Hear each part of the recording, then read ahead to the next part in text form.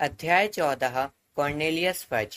Harry, Ron और Hermione तो पहले से ही जानते थे कि दुर्भाग्य से हैग्रिड को बड़े व भयानक जानवर पसंद थे। जिस साल वे हॉगवर्ट्स में पढ़ने आए थे उसी साल हैग्रिड ने लकड़ी के अपने छोटे से घर में ड्रैगन पालने की कोशिश की थी।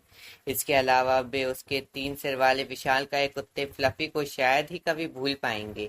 हैरी को यकीन था कि अगर किशोर अवस्था में हैग्रिड को यह पता चला हो कि महल में कहीं पर एक भयानक जानवर छुपा है तो उसे देखने के लिए वह किसी भी हद तक जा सकता था। शायद उसे इस बात पर अफसोस हुआ हो कि बेचारा भयानक जानवर इतने लंबे समय तक बंद रहा है और अब उसे अपने पैर सीधे करने का मौका दिया जाना चाहिए। हैरी कल्पना कर सकता था कि 13 साल के हैग्रिड ने उसे जंजीरों और पट्टों से बांधने की कोशिश भी की होगी। हैरी को पूरा विश्वास था कि हैग्रिड कभी किसी की जान लेने के इरादे से कोई काम नहीं करेगा। हैरी मन ही मन सोच रहा था, काश उसने यह पता नहीं लगाया होता कि रिडल की डायरी से संदेश कैसे पाया जाए।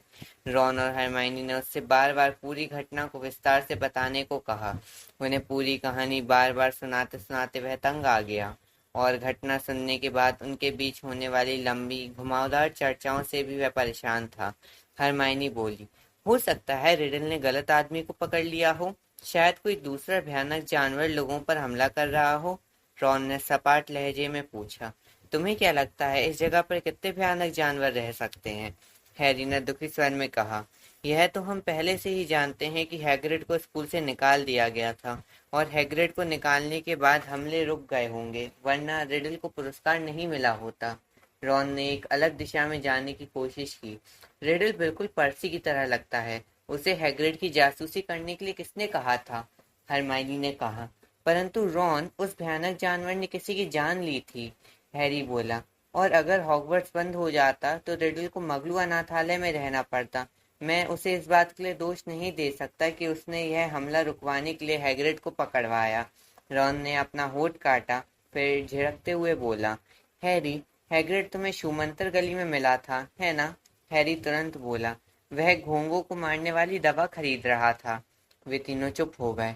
लंबी चुप्पी के बाद हरमाइनी ने झिझकते स्वर में सबसे जटिल सवाल पूछा, क्या तुम्हें लगता है कि हमें हैग्रिड के पास जाकर उससे भयानक जानवर के बारे में सवाल पूछना चाहिए? रॉन ने कहा, कितना अच्छा लगेगा जब हम जाकर उससे पूछेंगे, हेलो हैग्रिड, हमें बताओ, क्या तुमने किसी बालों वाले भयानक जानवर को हाल ही में महल में छोड़ा है? अंत में उन्होंने फैसला किया कि जब तक कोई और हमला नहीं होगा तब तक वे हैग्रिड से कुछ नहीं पूछेंगे। और जब हैरी को कई दिनों तक अदृश्य आवाज सुनाई नहीं दी, न ही किसी पर हमला हुआ, तो उन्हें लगने लगा कि उन्हें हैग्रिड से इस बारे में कभी नहीं पूछना पड़ेगा कि स्कूल से उसे क्यों निकाला गया था। जस्टिन और लगभग सिरकटे निक को बेजान हुए लगभग 4 महीने गुजर चुके थे। लगभग सभी लोग अब यह सोचने लगे थे कि हमलावर, चाहे वह जो भी हो, हमेशा के लिए मैदान छोड़कर जा चुका है। पीव्स भी अंततः अपने अरे पॉटर, तुम तो हो गड़बड़ पॉटर गीत से ऊब चुका था। एक दिन जड़ी बूटियों का ज्ञान की क्लास में अर्नी मैकमिलन ने बड़ी विनम्रता से हैरी से कुकुरमुत्ते की बाल्टी मांगी और मार्च में कई मंत्र कवचों ने ग्रीन हाउस नंबर 3 में शोर शराबे वाली एक जोरदार पार्टी मनाई। इससे प्रोफेसर स्प्राउट बहुत खुश हो गई। उन्होंने हैरी को बताया, जब वे एक दूसरे के गमले में जाने की कोशिश करने लगेंगे तब हम समझ जाएंगे कि वे पूरी तरह व्यस्त हो चुके हैं। फिर हम अस्पताल में पड़े बेजान लोगों को दोबारा होश में ले आएंगे। सेकेंड ईयर के विद्यार्थियों को ईस्टर की छुट्टियों के दौरान सोचने के लिए अब एक नया विषय मिल गया था। थर्ड ईयर के लिए विषय चुनने का समय आ गया था। यह एक ऐसा मामला था जिसे कम से कम हरमाइनी ने बहुत गंभीरता से लिया। इसका हमारे पूरे भविष्य पर प्रभाव पड़ सकता है, उसने हैरी और रॉन को बताया जब वे नए विषयों की सूची पर आंखें गड़ाकर उन पर निशान लगा रहे थे। हैरी बोला, मैं तो जादुई काढ़े का विषय छोड़ना चाहता हूँ। रॉन ने बुझे स्वर में कहा, हम कुछ नहीं छोड़ सकते, हमें अपने सारे पुराने विषय पढ़ने होंगे, वरना मैं तो गुप्त कलाओं से रक्षा की पढ़ाई ही छोड़ देता। यह सुनकर हरमाइनी दहशत में आते हुए बोली, परंतु वह तो बहुत महत्वपूर्ण विषय है। रॉन ने कहा, हाँ, लेकिन उस तरह से नहीं जिस तरह से लॉकहार्ट इसे पढ़ाते हैं। मैंने उनसे आज तक कुछ नहीं सीखा। सिवाय इसके कि नन्हे पिशाचों को बाहर न निकाला जाए। नेविल लॉन्गबॉटम के पास उसके परिवार के सभी जादूगरों और जादूगरनियों के खत आए थे, जिनमें उसे अलग-अलग सलाहें दी गई थी कि कौन से विषय चुने। नेविल जीप बाहर निकालकर दुविधा और चिंता में अपने विषय की सूचियां पढ़ता रहता था और लोगों से पूछता रहता था कि उनके हिसाब से अंकों के जादुई महत्व का ऐतिहासिक अध्ययन ज्यादा मुश्किल विषय है या पुरानी लिपियों का अध्ययन। हैरी की ही तरह मगलू परिवार में बड़े हुए डीन थॉमस ने तो अंत में अपनी आंखें बंद करके बिना देखे सूची पर छड़ी रख दी। इसके बाद उसने उन विषयों को चुन लिया जिन पर छड़ी रखी थी। हरमाइनी ने किसी की भी सलाह नहीं ली और सारे विषय चुन लिए। हैरी मन ही मन मुस्कुराया जब उसने यह सोचा कि अगर वह जादूगरी के करियर के बारे में वर्णन अंकल और पेटूनिया आंटी से सलाह मांगेगा तो वे लोग क्या कहेंगे। ऐसी बात नहीं थी कि उसे किसी ने मार्गदर्शन नहीं दिया। पर्सी वीजली उसे अपने अनुभव का लाभ देने के लिए उत्सुक था। उसने कहा, हैरी, सब कुछ इस बात पर निर्भर करता है कि तुम क्या बनना चाहते हो। अपने भविष्य के बारे में जितनी जल्दी सोच सको उतना ही अच्छा है। इसलिए मैं भविष्य कथन पढ़ने की सलाह दूंगा। लोग कहते हैं कि मगलुओं का अध्ययन एक कमजोर विकल्प है, परंतु व्यक्तिगत रूप से मैं यह सोचता हूँ कि जादूगरों के पास गैर जादूगर समुदाय की पूरी समझ होनी चाहिए, खासकर तब जब वे उनके करीबी संपर्क में रहकर काम करने के बारे में सोच रहे हों। मेरे डैडी को ही देख लो, उन्हें हर समय मगलुओं से संबंधित काम करना पड़ता है। मेरा भाई चार्ली हमेशा से बहिर्मुखी किस्म का रहा था और उसे घूमना पसंद था, इसलिए उसने जादुई जीवों की देखभाल का विषय चुना। फैसला करते समय अपनी शक्तियों और प्रतिभा के हिसाब से काम करो, हैरी। परंतु हैरी को दरअसल सिर्फ एक काम अच्छा लगता था और वह था क्विडिच खेलना। अंत में उसने वही नए विषय चुन लिए जो रॉन ने चुने थे, क्योंकि उसे लगा कि अगर वह उनमें कमजोर भी रहा तो भी उसकी मदद करने के लिए कम से कम उसके पास कोई दोस्त तो होगा। गरुड़द्वार का अगला क्विडिच मैच मेहनतकश के खिलाफ होना था।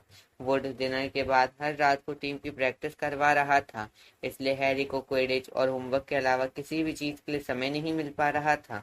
बहरहाल प्रशिक्षण सत्र बेहतर होते जा रहे थे, या कम से कम ज्यादा सूखे होते जा रहे थे। जब हैरी शनिवार के मैच की पहली वाली शाम को अपने कमरे में अपनी झाड़ू रखने गया तो उसने सोचा कि इस बार गरुड़द्वार के क्विडिच कप जीतने की संभावना पहले के मुकाबले ज्यादा दिख रही है। परंतु वह ज्यादा देर तक खुश नहीं रह पाया। कमरे की सबसे ऊपर की सीढ़ी पर उसे नेविल लॉन्गबॉटम मिला, जो बौखलाया हुआ दिख रहा था। हैरी, मैं नहीं जानता ये किसने किया, यह तो बस मुझे इसी हाल में मिला। भयभीत निगाहों से हैरी को देखते हुए नेविल ने धक्का देकर दरवाजा खोला। हैरी के संदूक का सामान हर तरफ बिखरा हुआ पड़ा था।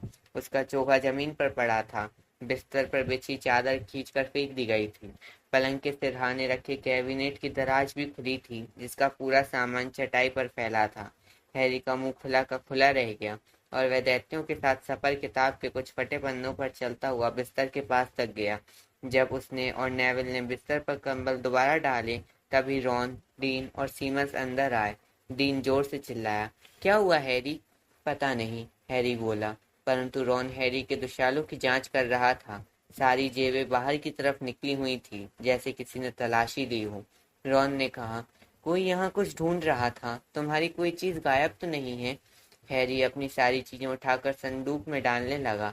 जब उसने लॉकहार्ट की आखिरी किताब को अंदर डाला, तब जाकर उसे एहसास हुआ कि उसकी कौन सी चीज वहां नहीं थी। उसने धीरे से रॉन को बताया, रिडल की डायरी गायब है। क्या? हैरी ने अपना सिर कमरे के दरवाजे की तरफ करके इशारा किया और रॉन उसके पीछे बाहर निकल आया। वे जल्दी से नीचे उतरकर एक बार फिर गरुड़द्वार के हॉल में पहुंचे, जो आधा खाली था। वहां वे हरमाइनी के पास बैठ गए, जो अकेली बैठकर पुरातन लिपियां फटाफट समझिए नामक किताब पढ़ रही थी। यह खबर सुनकर हरमाइनी बहुत चक्की रह गई। परंतु यह चोरी तो गरुड़द्वार का कोई विद्यार्थी ही कर सकता है, किसी और को हमारा पासवर्ड नहीं मालूम। हैरी बोला, वही तो। अगले दिन जब वे उठे तो बाहर सूरज की चमकदार रोशनी फैली थी और हल्की हल्की स्फूर्तिदायक हवा चल रही थी। क्विडिच के लिए आदर्श परिस्थितियां हैं, वुड ने उत्साह से गरुड़द्वार की टेबल पर कहा और टीम के खिलाड़ियों की प्लेटों में तले हुए अंडे भर दिए। बहुत अच्छे हैरी, तुम्हें अच्छी तरह से नाश्ता करना चाहिए। हैरी गरुड़द्वार की भीड़ भरी टेबल की तरफ घूरते हुए यह सोच रहा था कि कहीं रिडल की डायरी का नया मालिक उसकी आंखों के ठीक सामने तो नहीं बैठा है। हरमाइनी ने उसे चोरी की रिपोर्ट करने की सलाह दी थी, परंतु हैरी को यह विचार पसंद नहीं आया। ऐसा करने पर उसे टीचर को डायरी के बारे में सारी बातें बतानी पड़ेंगी। इसके अलावा कितने लोग यह बात जानते थे कि हैग्रिड को 50 साल पहले स्कूल से क्यों निकाला गया था। हैरी इस मामले को दोबारा सबके सामने नहीं लाना चाहता था। हैरी जब रॉन और हरमाइनी के साथ अपना क्विडिच का सामान उठाने के लिए बड़े हॉल से बाहर आया तो उसकी चिंताओं की सूची में एक और बहुत गंभीर चिंता जुड़ गई। उसने अभी संगमरमर की सीढ़ी पर कदम रखा ही था कि उसे एक बार फिर वही आवाज सुनाई दी, इस बार मार डालो, चीर डालो, फाड़ डालो। वह जोर से चीखा। रॉन और हरमाइनी दोनों ही चौंक कर उछल पड़े।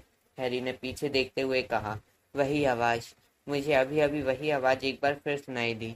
क्या तुमने कुछ सुना नहीं? रॉन की आंखें बाहर निकल रही थीं। उसने अपना सिर हिलाया, परंतु तभी हरमाइनी ने अपने माथे पर हाथ ठोका। हैरी, मुझे लगता है मुझे कुछ कुछ समझ में आ रहा है। मुझे लाइब्रेरी में जाना होगा। और वह लपकते हुए तेजी से सीढ़ियां चढ़ने लगी। उसे क्या समझ में आ गया है? हैरी ने उलझन से कहा। वह अभी चारों तरफ देख रहा था और यह भांपने की कोशिश कर रहा था कि आवाज कहाँ से आई थी। रॉन ने अपना सिर हिलाते हुए कहा, क्या पता, मेरी तो कुछ समझ में नहीं आ रहा है। परंतु उसे लाइब्रेरी में जाने की क्या जरूरत पड़ गई? रॉन ने कंधा उचकाते हुए कहा, क्योंकि हरमाइनी हमेशा यही कहती है, जब भी शंका हो तो लाइब्रेरी में जाओ। हैरी अनिश्चितता से खड़े होकर फिर से उस आवाज को सुनने की कोशिश करता रहा, परंतु अब उसके पीछे की ओर स्थित बड़े हॉल के विद्यार्थी बाहर निकल रहे थे और जोर जोर से बातें कर रहे थे। इसके अलावा विद्यार्थी क्विडिच की पिच पर जाने के लिए अगले दरवाजे से निकलकर जा रहे थे। रॉन ने हैरी से कहा, बेहतर होगा कि तुम भी चल दो। लगभग 11 बज चुके हैं। मैच का समय हो गया है। हैरी गरुड़द्वार टावर में गया, अपनी निम्बस 2000 उठाई और मैदान के पार जाने वाली बड़ी संख्या में एकत्रित विद्यार्थियों की भीड़ में शामिल हो गया। परंतु उसका दिमाग अब भी महल में था। अब वह अदृश्य आवाज के बारे में सोच रहा था। जब उसने चेंजिंग रूम में अपना लाल दुशाला पहना तो उसे इकलौती राहत इस बात से मिली कि सब लोग इस समय मैच देखने के लिए महल से बाहर आ चुके थे। जोरदार तालियों के बीच दोनों टीमें पिच पर उतरी। ऑलिवर वुड ने वार्म अप करते हुए गोल पोस्ट के चारों तरफ उड़ान भरी। मैडम हूच ने गेंदें निकाली। मेहनतकश के खिलाड़ी हल्के पीले रंग के दुशालों में थे। वे गोल घेरा बनाकर खड़े थे और रणनीति पर आखिरी मिनट की चर्चा कर रहे थे। हैरी बस अपनी जादुई झाड़ू पर चढ़ा ही था कि तभी प्रोफेसर मैगोनिगल लगभग भागती हुई पिच पर आई। उनके हाथ में बैंगनी रंग का एक बड़ा सा मेगाफोन था। हैरी का दिल पत्थर की तरह डूब गया। प्रोफेसर मैगोनिगल ने खचाखच भरे स्टेडियम में मेगाफोन को संबोधित करते हुए कहा, यह मैच रद्द किया जाता है। चीखने चिल्लाने की आवाजें सुनाई देने लगी। ऑलिवर वुड को देखकर तो ऐसा लग रहा था जैसे उसके होश उड़ गए हों। वह तत्काल धरती पर आया और अपनी झाड़ू से उतरे बिना ही प्रोफेसर मैगोनिगल की तरफ भागा।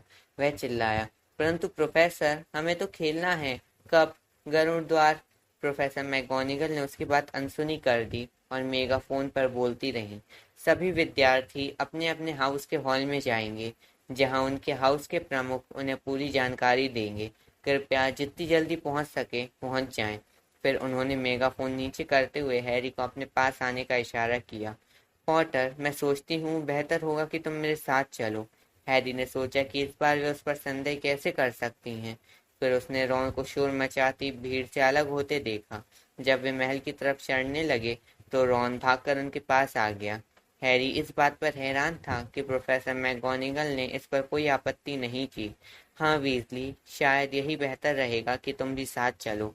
उनके चारों तरफ मंडरा रहे कुछ विद्यार्थी मैच रद्द होने पर बड़बड़ा रहे थे, बाकी चिंतित दिख रहे थे।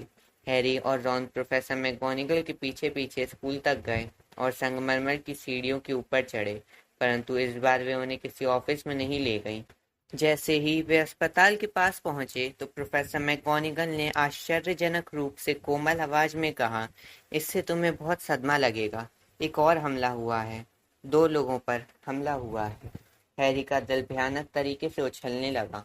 प्रोफेसर मैगोनिगल ने दरवाजे को धक्का देकर खोला और वे लोग अंदर घुस गए। मैडम प्रॉम्फ्री 5th ईयर के घुंघराले बालों वाली लड़की पर झुकी हुई थी।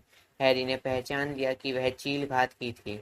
इसी लड़की से तो उन्होंने नागशक्ति के हॉल तक जाने का रास्ता पूछा था और उसके पास वाले बिस्तर पर थी। हरमाइनी, रॉन कराहते हुए बोला। हरमाइनी पूरी तरह स्थिर थी, उसकी आंखें खुली थीं और कांच जैसी हो गई थीं। प्रोफेसर मैगोनिगल बोली, ये दोनों लाइब्रेरी के पास मिली। मुझे नहीं लगता कि तुम दोनों में से कोई इसके बारे में कुछ बता सकता है। यह उनके पास फर्श पर पड़ा हुआ मिला। उनके हाथ में एक छोटा गोल शीशा था। हैरी और रॉन दोनों ने हरमाइनी को घूरते हुए अपना सिर इनकार में हिलाया। प्रोफेसर मैगोनिगल ने भारी आवाज में कहा, मैं तुम्हें गर्मद्वार टावर में ले चलती हूँ। मुझे वैसे भी वहां जाकर विद्यार्थियों से कुछ कहना है। सभी विद्यार्थी शाम को 6 बजे के बाद अपने हाउस के हॉल में लौट आएंगे। कोई भी विद्यार्थी उसके बाद अपने कमरे से बाहर नहीं निकलेगा। टीचर तुम लोगों को हर क्लास में ले जाएंगे। कोई भी विद्यार्थी टीचर के साथ रहे बिना बाथरूम में नहीं जाएगा। क्विडिच के आगामी समस्त प्रशिक्षण और मैच स्थगित किए जाते हैं। शाम की सभी गतिविधियां बंद की जाती हैं। हॉल में इकट्ठे गरुड़द्वार के विद्यार्थियों ने प्रोफेसर मैगोनिगल की बातें खामोशी से सुनी। प्रोफेसर मैगोनिगल ने उस चरण पत्र को मोड़ा जिससे वे पढ़ रही थी और थोड़े रुधे हुए गले से बोली, शायद मुझे यह बताने की ज़रूरत नहीं है कि इस समय मैं जितनी दुखी हूँ उतनी पहले कभी नहीं रही। अगर हमलावर पकड़ा नहीं गया तो हो सकता है कि हमें स्कूल बंद करना पड़े। मेरा सबसे यही अनुरोध है कि अगर किसी को इन हमलों के बारे में कुछ भी मालूम हो तो वह आकर हमें बता दे। वे थोड़े अजीब तरीके से तस्वीर के छेद के बाहर निकली। उनके जाने के तत्काल बाद ही गरुड़द्वार के विद्यार्थियों में बातें होने लगी। वीजली बंधुओं के दोस्त ली जॉर्डन ने अपनी उंगलियों पर गिनते हुए कहा, अब तक गरुड़द्वार के 2 विद्यार्थी बेजान हो चुके हैं और एक भूत भी। चीलघात और मेहनतकश के एक विद्यार्थी पर हमला हुआ है। क्या किसी टीचर को यह नहीं दिखता कि नागशक्ति के सारे विद्यार्थी सही सलामत हैं? क्या इससे यह स्पष्ट नहीं होता कि यह सब नागशक्ति वाले करवा रहे हैं? वारिस भी नागशक्ति का है और भयानक जानवर भी नागशक्ति का ही है। स्कूल बंद करने की वजह सिर्फ नागशक्ति के विद्यार्थियों को बाहर निकाल देना चाहिए, वह गरजा। सुनने वालों ने सहमति में सिर हिलाया और तालियां बजाईं।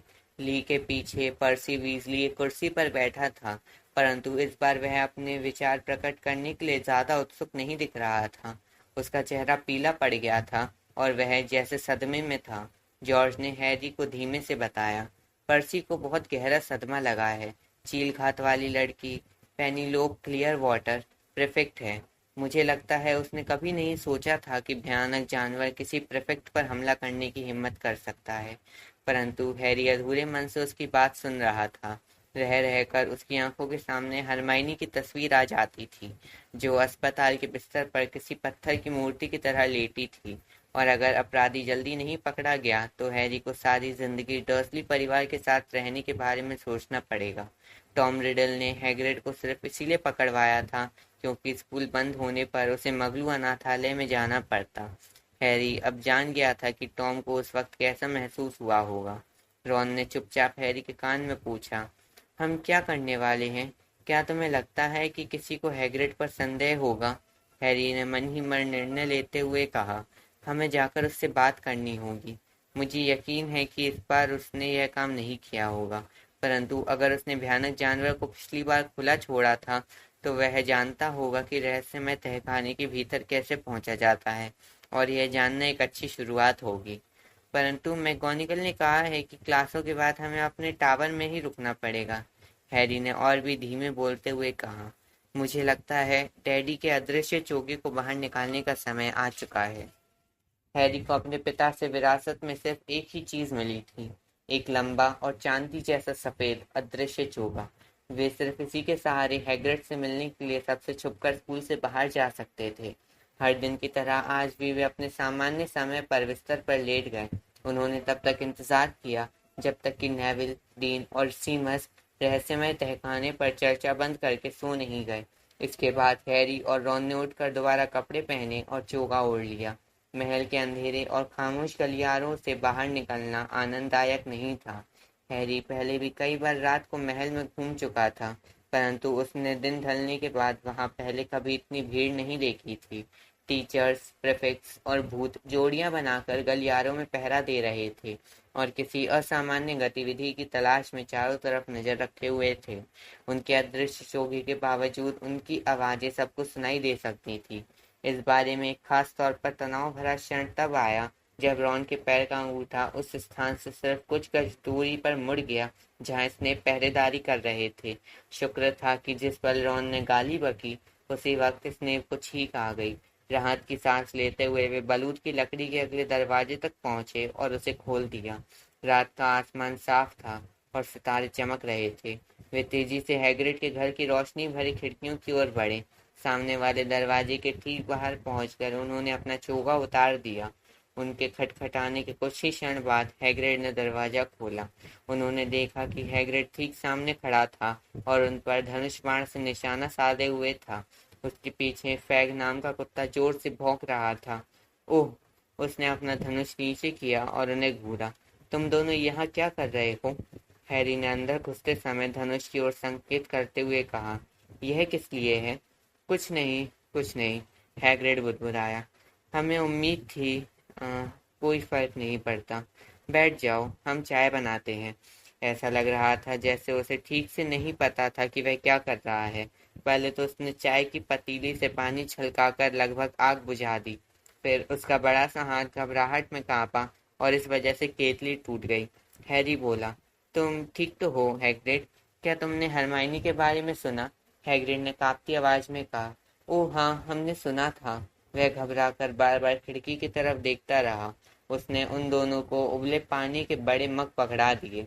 वह चाय की पत्ती डालना भूल गया था और वह एक प्लेट में फ्रूट केक का बड़ा टुकड़ा रख ही रहा था कि तभी दरवाजे पर एक जोरदार दस्तक सुनाई दी। हैग्रिड के हाथ से फ्रूट केक छूटकर नीचे गिर गया। हैरी और रॉन ने दहशत भरी निगाहों से एक दूसरे को देखा। फिर वे अदृश्य चोगा ओढ़कर एक कोने में चले गए। यह तसल्ली कर लेने के बाद कि वे छुप गए हैं, हैग्रिड ने अपना धनुष उठाया और एक बार फिर दरवाजा खोला। Good evening Hagrid. बाहर डंबलडोर खड़े थे। अंदर आते समय वे बहुत गंभीर दिख रहे थे।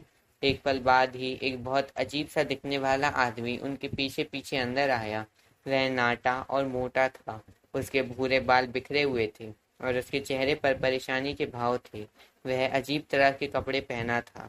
धारीदार सूट, लाल टाई, लंबा काला कोट और नुकीले बैंगनी जूते। उसकी बाह के नीचे पीले हरे रंग का हेड दबा हुआ था। रॉन बोला, ये डैडी के बॉस हैं, कॉर्नेलियस फज, जादू मंत्री। हैरी ने रॉन को चुप करने के लिए जोर से कोहनी मारी। हैग्रिड अब पीला और पसीना पसीना हो गया था। वह एक कुर्सी पर गिर गया और कभी डंबलडोर को तो कभी कॉर्नेलियस फज को देखने लगा। बुरा हुआ हैग्रिड, फज ने कहा। बहुत ही बुरा हुआ। मुझे आना ही पड़ा। मगलुओं पर 4 हमले। बात बहुत बढ़ गई है। मंत्रालय को कुछ तो करना ही पड़ेगा। हमने ये नहीं, हैग्रिड ने डंबलडोर की तरफ याचना भरी नजरों से देखते हुए कहा। आप तो जानते ही हैं कि हमने ये नहीं किया प्रोफेसर डंबलडोर सर। मैं यह बात अच्छी तरह से कह देता हूँ कॉर्नेलियस कि हैग्रिड पर मुझे पूरा भरोसा है। डंबलडोर ने फज की ओर भ्रकुटी तानते हुए कहा। इस पर फज थोड़े परेशान दिखते हुए बोले, देखो एल्बस, हैग्रिड का रिकॉर्ड उसके खिलाफ है। मंत्रालय को कुछ तो करना ही पड़ेगा। स्कूल के गवर्नर बार बार मुझसे संपर्क कर रहे हैं और सवाल पूछ रहे हैं। फिर भी कॉर्नेलियस, मैं तुम्हें बता दूं कि हैग्रिड को ले जाने से कोई फायदा नहीं होगा, डंबलडोर ने कहा। उनकी नीली आंखों में एक ऐसी आग थी जो हैरी ने पहले कभी नहीं देखी थी। फज ने अपने हेड के साथ खेलते हुए कहा, इसे मेरे नजरिए से देखिए। मुझ पर इस समय बहुत दबाव है। लोगों को लगना चाहिए कि मैं कुछ कर रहा हूँ। अगर बाद में यह पता चलता है कि हैग्रिड ने यह काम नहीं किया तो उसे छोड़ दिया जाएगा और कुछ नहीं कहा जाएगा। परंतु इस समय तो मुझे उसे ले जाना ही होगा, मजबूरी है। अगर मैं ऐसा नहीं करूंगा तो यह तो अपने कर्तव्य से मुंह मोड़ना हो जाएगा। हमें ले जाएंगे, हैग्रिड कांपते हुए कहा। हमें कहाँ ले जाएंगे? सिर्फ कुछ दिनों की बात है, फज ने हैग्रिड से नजरें चुराते हुए कहा। यह सजा नहीं है हैग्रिड, सिर्फ सावधानी बरतना है। अगर कोई और पकड़ा जाएगा तो तुमसे माफी मांगकर तुम्हें रिहा कर दिया जाएगा। कहीं अज़्काबान जेल में तो नहीं? हैग्रिड भर्राई आवाज में बोला। इससे पहले कि फज जवाब दे पाए, दरवाजे पर एक और जोरदार दस्तक हुई। डंबलडोर ने दरवाजा खोला। अब पसलियों में कोहनी खाने की हैरी की बारी थी। उसने जोर से सांस खींची थी। लूसियस मैलफॉय हैग्रिड की झोपड़ी के अंदर आ गए। वे सफर वाला लंबा काला चोगा पहने हुए थे। उनके चेहरे पर एक ठंडी तथा संतुष्टि भरी मुस्कान थी। फैंग गुर्राने लगा। उन्होंने बहुत प्रसन्नता भरे स्वर में कहा। तुम पहले से ही यहाँ हो फज? बहुत बढ़िया, बहुत बढ़िया। हैग्रिड गुस्से से बोला। तुम यहाँ क्या कर रहे हो? हमारे घर से निकल जाओ। भले आदमी, मेरा विश्वास करें, मुझे कोई खुशी नहीं हो रही है आपके आप इसे घर कहते हैं? लूसियस मैलफॉय ने व्यंग्यात्मक दृष्टि से छोटे कमरे की चारों तरफ देखते हुए कहा। मैं तो स्कूल गया था और मुझे वहां बताया गया कि हेडमास्टर यहाँ है। और आपको मुझसे क्या काम था लूसियस? डंबलडोर ने कहा। वे विनम्रता से बोल रहे थे, परंतु अब भी उनकी नीली आंखें सुलग रही थी। दुखद है डंबलडोर, मिस्टर मैलफॉय ने अलसा अंदाज में बोलते हुए चर्मपत्र का लंबा रोल बाहर निकाला। परंतु गवर्नरों को लगता है कि अब आपके हटने का समय आ चुका है। यह रहा आपकी बर्खास्ती का आदेश। आपको इस पर पूरे 12 दस्तखत मिले हैं। हम सब यह महसूस करते हैं कि अब स्थिति संभालना आपके बस की बात नहीं है। इतने सारे हमले हो चुके हैं। आज दोपहर को ही 2 और हमले हुए हैं, है ना? इस तरह से तो हॉगवर्ट्स में एक भी मगलू बच्चा नहीं बचेगा। और हम सब जानते हैं कि इस स्कूल को कितना भारी नुकसान होगा। ओह, देखो लूसियस, फज ने स्तब्ध दिखते हुए कहा। डंबलडोर की बर्खास्ती? नहीं नहीं, जो आखिरी चीज हम चाहते हैं वह है फज, हेडमास्टर की नियुक्ति या बर्खास्ती गवर्नरों के हाथ में होती है, मिस्टर मैलफॉय ने रेशमी अंदाज में कहा। और चूंकि डंबलडोर इन हमलों को नहीं रोक पाए हैं। देखो लूसियस, अगर डंबलडोर उन्हें नहीं रोक पाए, फज ने कहा, जिनके ऊपरी होठ पर अब पसीना आ रहा था। मेरे कहने का मतलब यह है, तो फिर कौन रोक सकता है? यह तो वक्त ही बताएगा, लूसियस मैलफॉय ने कुटिलता से मुस्कुराते हुए कहा। परंतु हम 12 गवर्नरों की यही राय है। हैग्रिड उछलकर खड़ा हो गया। उसका झबरीला काला सिर छत को छू रहा था। यह तो बताओ मैलफॉय कि तुमने उनमें से कितनों को धमकाया या ब्लैकमेल किया, जिसके बाद वे इस पर दस्तखत करने के लिए तैयार हुए? लूसियस मैलफॉय ने कहा। देखो हैग्रिड, तुम्हारा यह गुस्सा तुम्हें एक न एक दिन मुसीबत में डाल देगा। मैं तुम्हें सलाह दूंगा कि तुम अज़्काबान जेल के पहरेदारों पर इस तरह से मत चिल्लाना। वे लोग इस बात को कतई पसंद नहीं करेंगे। तुम डंबलडोर को नहीं हटा सकते, हैग्रिड चीखा। उसकी चीख सुनकर फैंग अपनी बास्केट में दुबक गया और किकियाने लगा। उन्हें हटा दिया गया तो मगलू बच्चों के बचने की कोई उम्मीद ही नहीं रहेगी। इसके बाद तो हत्याएं होंगी। शांत हो जाओ हैग्रिड, डंबलडोर ने तीखे स्वर में कहा। और फिर उन्होंने लूसियस मैलफॉय की तरफ देखा। अगर सभी गवर्नर चाहते हैं कि मैं हट जाऊं लूसियस, तो मैं निश्चित रूप से हट जाऊंगा। परंतु फज हकलाते हुए बोले। नहीं, हैग्रिड गुर्राया। डंबलडोर ने अपनी चमकती नीली आंखें लूसियस मैलफॉय की ठंडी भूरी आंखों पर से हटाईं। बहरहाल, डंबलडोर ने बहुत धीमे धीमे और बहुत स्पष्ट स्वर में आगे कहा, ताकि सब लोग उनके एक एक शब्द को अच्छी तरह से सुन लें। तुम पाओगे कि मैं इस स्कूल से सचमुच बाहर तभी जाऊंगा जब यहाँ मेरा एक भी वफादार नहीं बचेगा। तुम यह भी पाओगे कि मदद मांगने वालों को हॉगवर्ट्स में हमेशा मदद मिलेगी। एक पल के लिए तो हैरी को लगा कि डंबलडोर की आंखें उसी कोने को देख रही थी जहां वह और रॉन छुपकर खड़े थे। बेहतरीन जज्बात, मैलफॉय ने सिर नीचा करते हुए कहा। एल्बस, हम सब आपके काम करने की बहुत व्यक्तिगत शैली को याद करेंगे और हम यही उम्मीद करते हैं कि आपका उत्तराधिकारी किसी तरह से हत्याओं को रोकने में सफल होगा। मैलफॉय ने दरवाजे तक पहुंचकर उसे खोला और डंबलडोर को सर झुकाकर बाहर निकलने का संकेत दिया। डंबलडोर बाहर चले गए। फज, जो अपने हेड से छेड़खान कर रहे थे, हैग्रिड के अपने से आगे जाने का इंतजार करने लगे, परंतु हैग्रिड अपनी जगह पर ही खड़ा रहा। उसने एक गहरी सांस ली और सावधानी से कहा, अगर कोई कुछ जानना चाहता है तो उसे सिर्फ मकड़ियों का पीछा करना होगा। इससे वह सही जगह पर पहुंच जाएगा। हमें बस इतना ही कहना है। फज ने उसकी तरफ हैरानी से देखा। हैग्रिड ने छछूंदर की खाल वाला अपना ओवरकोट पहनते हुए कहा, ठीक है, हम चल रहे हैं।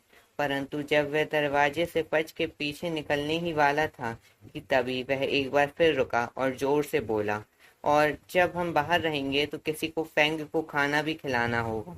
दरवाजा धड़ाम से बंद हुआ और रॉन ने अदृश्य चौका उतार दिया। उसने भरे गले से कहा, अब हम मुश्किल में फंस चुके हैं। डंबलडोर भी चले गए। हो सकता है वे लोग आज रात को ही स्कूल बंद कर दें। उनके जाने के बाद तो स्कूल में हर दिन एक हमला होगा। फैंग गुर्राते हुए बंद दरवाजे पर पंजा मारने लगा।